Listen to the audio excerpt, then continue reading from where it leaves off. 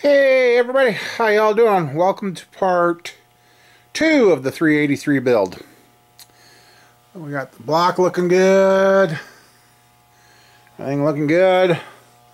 I've got half the pistons done with the spiral locks. I had to remember how to do that. I got the other half. I'll show you doing that again. Right now we're getting ready to check ring gaps. And this is a tool I got, and you can use a piston too, with a ring in there in the second groove. Set it in there, that'll get you going. But I've got the tool, and the rings I'm using, they're just square cut, no dots, no nothing, so they all go on the top.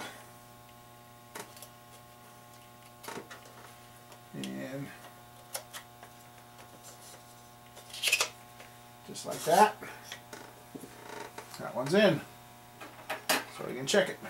I haven't checked the ring gaps on this 383 yet. Should be pretty good. But about the time I don't check them, that's when I'll be in trouble.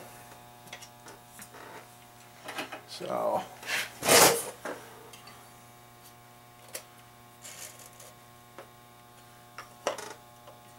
yeah, this is working better with this, because this, it says it'll do 4" to 60 over, but 60 over, it's getting the max of what this can do. So now I'll have to look at my equation. And I'm going to set this up for a street drag, or street strip, whatever, drag, whatever. And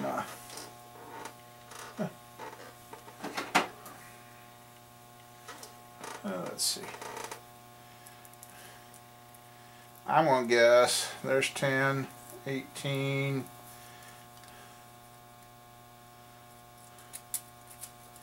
Okay, we'll see if 25 goes right off the bat.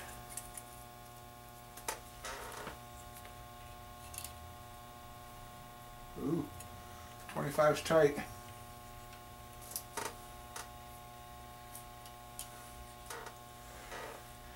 Okay, 25's tight. Let's see if 18 fits.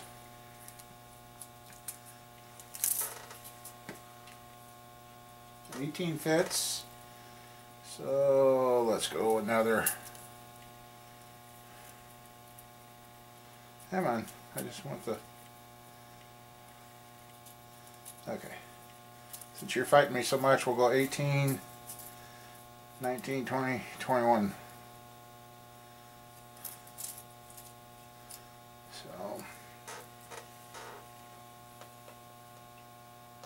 21 on that one. That's a little loose.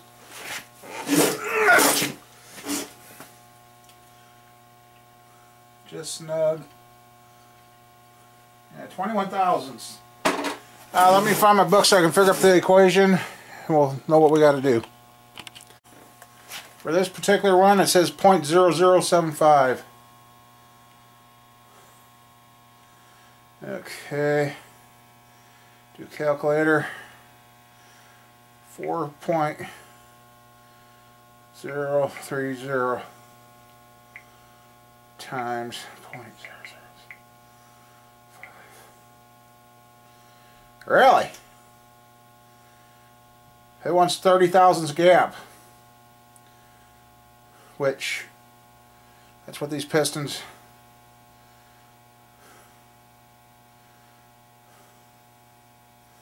let's see, clear.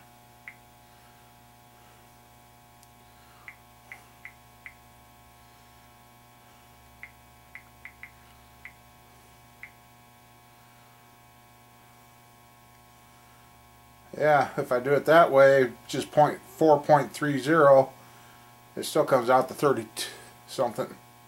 So we're going to have to do some ring filing this time. I guess I'll get the ring filer out. And 4.030 times 0.0075. Yep.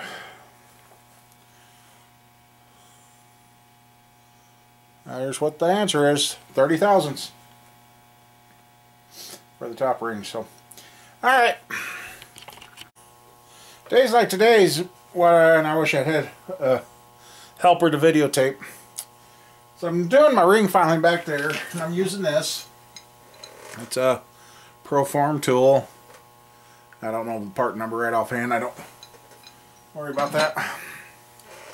I've got my little stone for dressing the ring, because after you do your ring filing, you got sharp edges there, and you can't leave those. So I just sit there and lightly file, just enough to take the edge off. I got number 1 to 30 thousandths finally. I really need to get that thing bolted down so I can. And you want to make sure when you. I'll see if I can get it to show. When it's closed. Yeah, there. See, you don't want to be able to see light through that. You want to keep the ring as square as possible. And it took a little bit to do, but I got it on the first one. Yeah, and it's just so cold in here, and naturally the phone rings. I ground the ring, and this is what I do. I just give her a little tap. Just very light. I mean, you don't want to really change the shape of the ring. You just want to take the sharp edges off.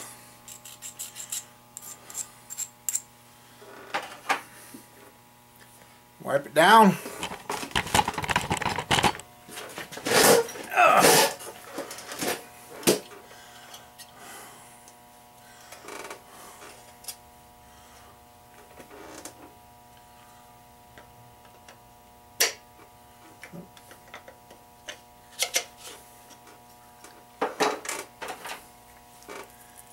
And just a hair more.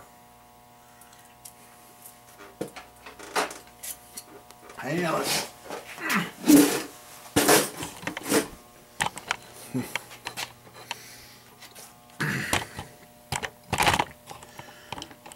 Here's my ring filer.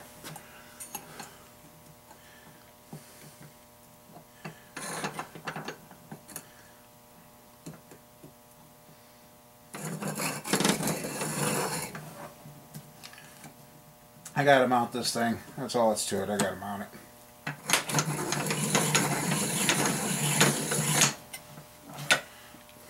And then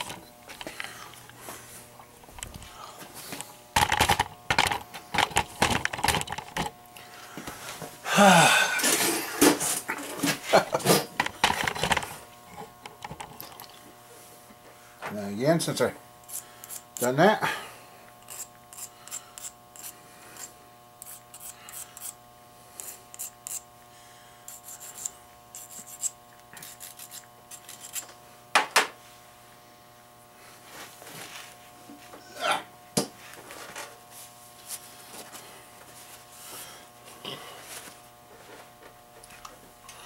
oh, get you over here.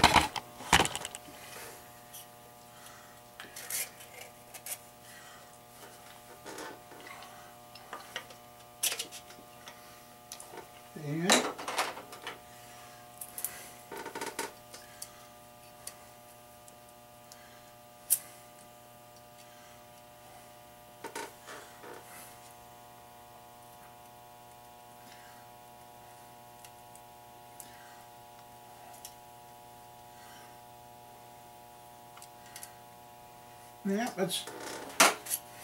Then I check it with the closing, and I see what's going on. This is what you don't want to have happen. I got enough left to fix it. See the gap?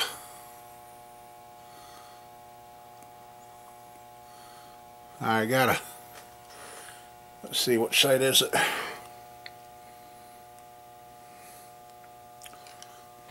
It's this side, so I'll fix that and get it going. I got it fixed. Got the gap. Just a little bit of drag. So, yep. I'll keep doing that I'll fit in these rings. And since I got this side of the motor ready, then we'll go down. Well, let me get.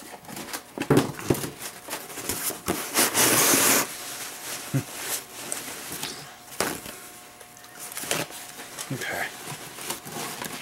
All right.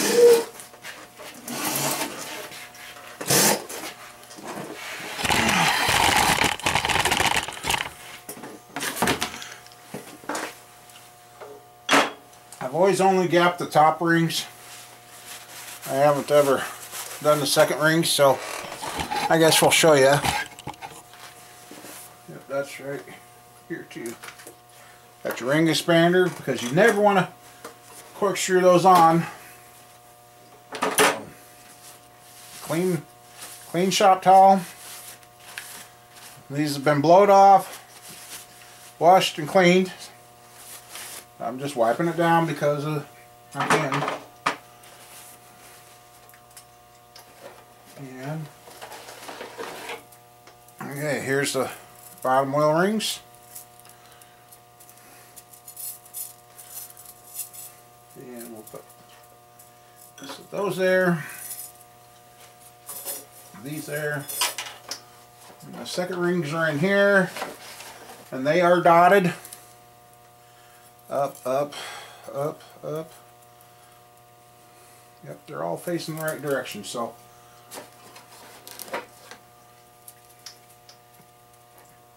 I'll show you on the two pistons on how I do this. So I get this bottom one and I slide it over. This is the only one you don't use. And then when I got where the rings meet, I hold my thumb on that so I know where it's at. Then I get two of the wire rings, and you can start in the bottom, top, whatever. And these are the only ones you can spiral on. Thumbs there. I don't want these anywhere close, the ends of these anywhere close to that, so I set the first one right here. Now this one's going over here, and the split was right here, so those should never spin around. So get our second ring here. Dot is up. Now there's all sorts of, I got this kind. Do I have the other kind? Yes, I do. I've also got this kind, but I worry about this one. If you're not careful, let's see, we'll do one with this one. Okay, that one. My fear with using this, it'll over squeeze it. Okay, since this is number one, I got number one ring set. Now we'll use this one.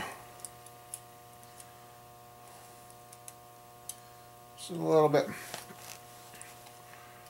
It just seems to hold the ring a little bit better to me. And there. So now here's the top ring, or the second ring, I mean, sorry. And here's the top ring.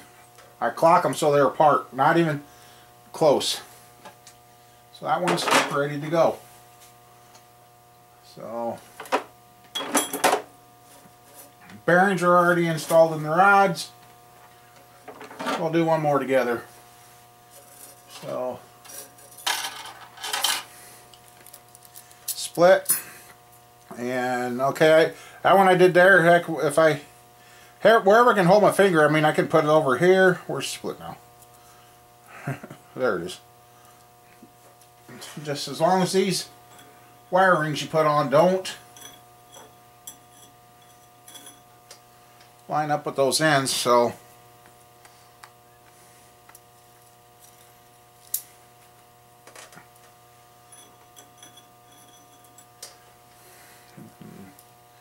I'll put right here. There's that one. second ring. Bevel up, down up.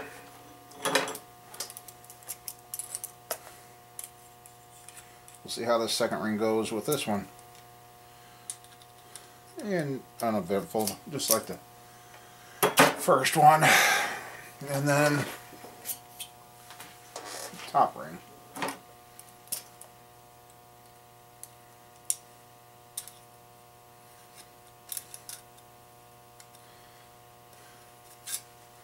Now, if you ever pull a motor out and your rings look like that, I guarantee you're going to see exhaust burn and all the carbon build up.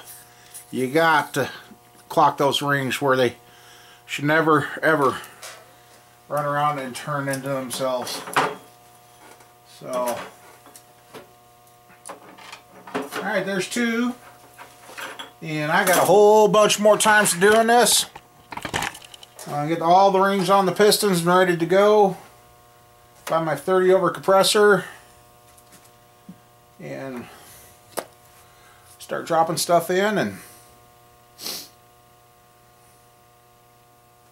yeah. So yeah, there's this style, which actually worked pretty good.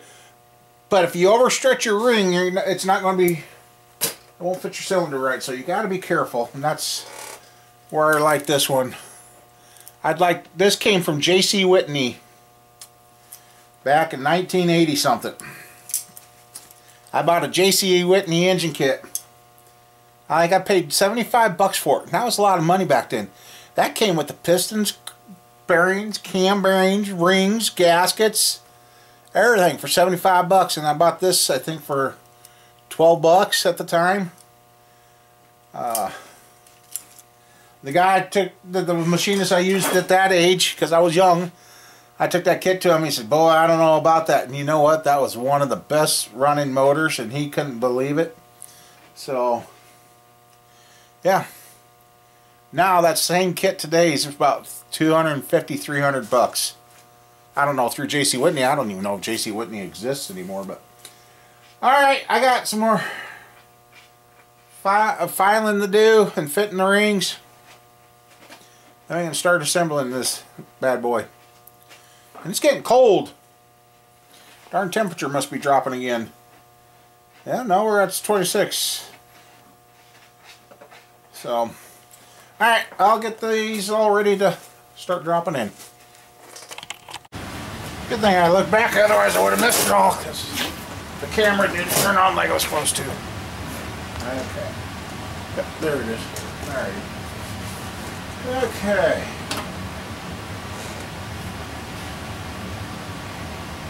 I've already got 3 of these in.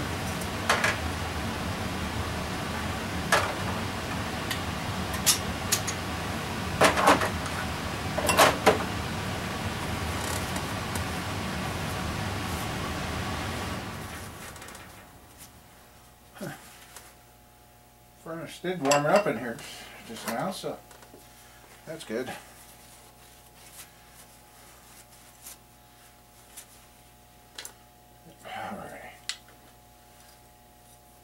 Piston there, bearing ting out on the old school 350 stuff, that'll always be out.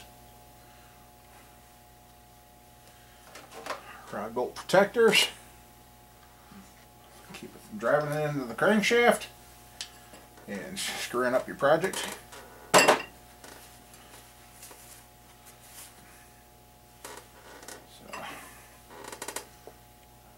lithium grease. And like I've said in other videos, the reason I use this white lithium grease, it stops you from having a low compression or dry cylinder start, because I don't know how long it's going to sit before it runs, and well, it's going to run here soon. And I just smear this all the way around. It helps seal up the cylinder so you don't have to crank forever. And remember to clock your rings. Just did that, so alrighty. I know everybody don't have the taper rings, but boy, if you can, If you're going to do enough of them to justify it, I would get you a set of these. I got to get some for the 5.3s. Okay. Drop that there. And a little grease off my hands.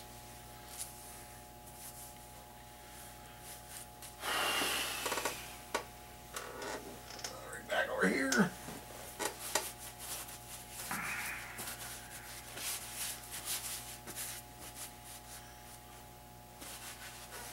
Okay. Using a wooden face hammer. And I'm standing to do that so I can get a nice, just like that. That went in. So I sit down here so I can watch. And it's lined up. It's down. I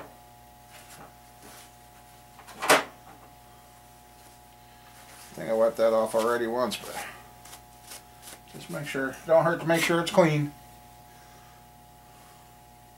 A white lithium grease. Oops, forgot to pull the boots off. Put your rod cap on. Make sure your bearing tang's out.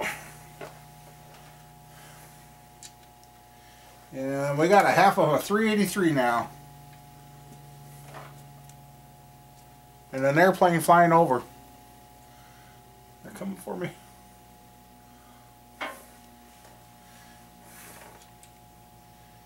So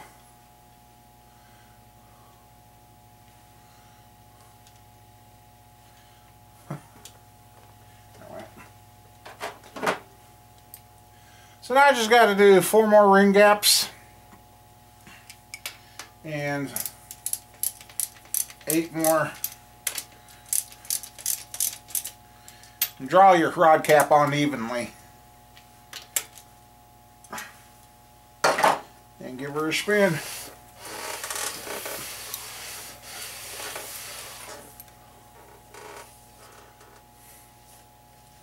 I like wiping the excess grease off. That's just a pet peeve of mine. So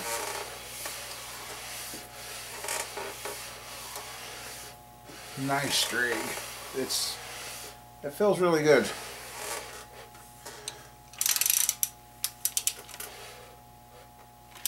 Okay, there should be lined up for number 2. And make sure when you go put your other rods in that they're all slid forward. For the driver's side. Passenger side, you'd have to make sure they're slid backwards. So, we're getting there. We're getting there. There you go. Yeah, I showed you guys doing a couple of pistons, but I hope. But it's so nice. The passenger side now sticks out exactly the same amount as the driver's side, and it's not tapered anymore. Because this was shallow, this was so it was going downhill like this. He got it straight. The pistons are equal now on all 4 corners. So, score, it turns over.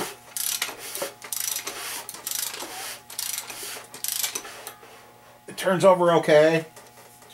Oh, it turns over great, actually. I mean, I was a little worried. Usually there's a little bit more of a taper, but they went in, they didn't hang up, so, and here in the cylinder walls, it's not leaving any weird scratches or anything, so I crank them over by hand quite a bit. But I think, just talking to a friend of mine from days back, I think I figured out why I didn't like the 383s years ago. I actually think the 383 we built back when we were racing, we used the 400 crank and the 400 rods. Because back then, this is 25 years ago, to get the pistons to go with the 5.7 were pretty spendy. And, well, my cousin didn't want to spend a lot of money on going racing. Well, nobody wants to spend a lot of money on racing.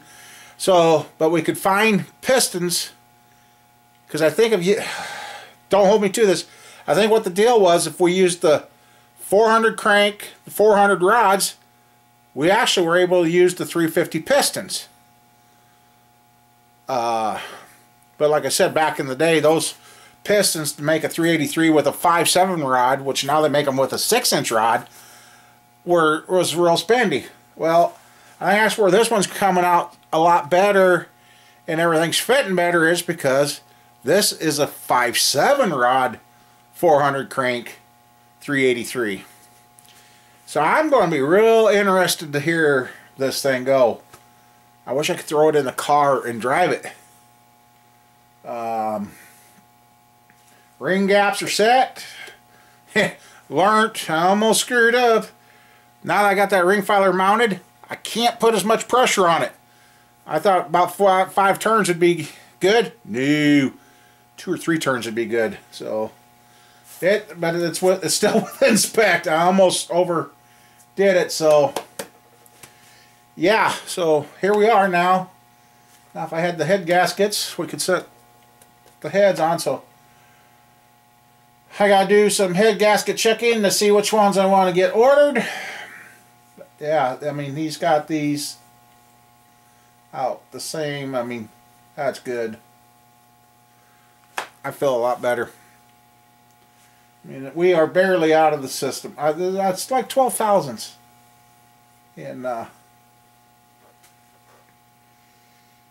it's going to be interesting to see how this thing runs.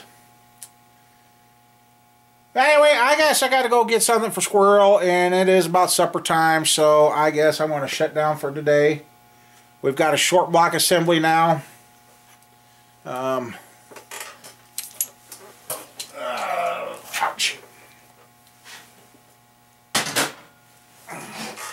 This tray here has turned into being a good thing to have.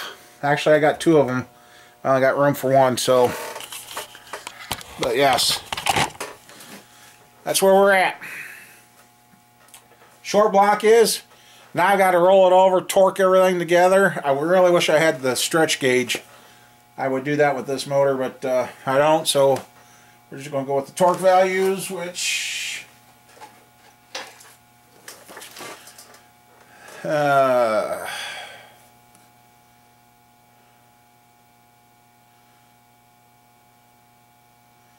either looks like oh, wave lock bolt, not okay, 50 foot-pounds or 0.63 stretch. No, 0.0063. There's the phone. So alright, anyway, I'll finish up here. So here we are, 383 short block. So now I can install the cam, make sure the cam that I've got is going to clear the rods. I know it's kind of a little late in the portion to be checking rod clearance with the cam. Sometimes there is an interference, sometimes there ain't. And what I'm finding out, these rods don't take up as big a footprint as a stock rod. So he said we should be good. If we do hit, I might change cams or something. So I don't know. But anyway, we got this far. We got 2 of them sitting here. That one, I gotta pick out a set of heads for that one. I just took, I guess I just took up another set of heads, and so yeah, we got, well, actually 3. We got the 283 the finish, and 4 the LS. So anyway, but where this is the 383 motor. So all right, I guess I'm kind of anxious to hear this thing run. See what it acts like. So anyway, we'll see y'all later. Have a good one.